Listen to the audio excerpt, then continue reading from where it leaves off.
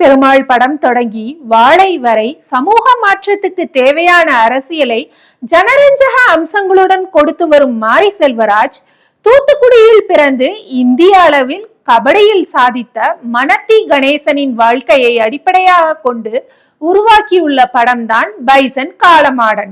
எந்நேரமும் வெடித்து சிதற காத்திருக்கும் சாதி மோதல்கள் நிறைந்த வனத்தி என்ற கிராமத்தை சேர்ந்த கிட்டானாக வரும் துருவ் விக்ரமுக்கு சிறு வயதில் இருந்தே கபடியில் சாதிக்க வேண்டும் என்ற ஆசை இருக்கிறது. ஆனால் கபடியில் ஆர்வம் காட்டிய பலரும் வன்முறையில் இறங்கிவிட்டதால் தன் மகனும் அப்படி ஆகிவிடக் கூடாது என்று அஞ்சுகிறார் கிட்டானின் தந்தை வேலுச்சாமியான பசுபதி.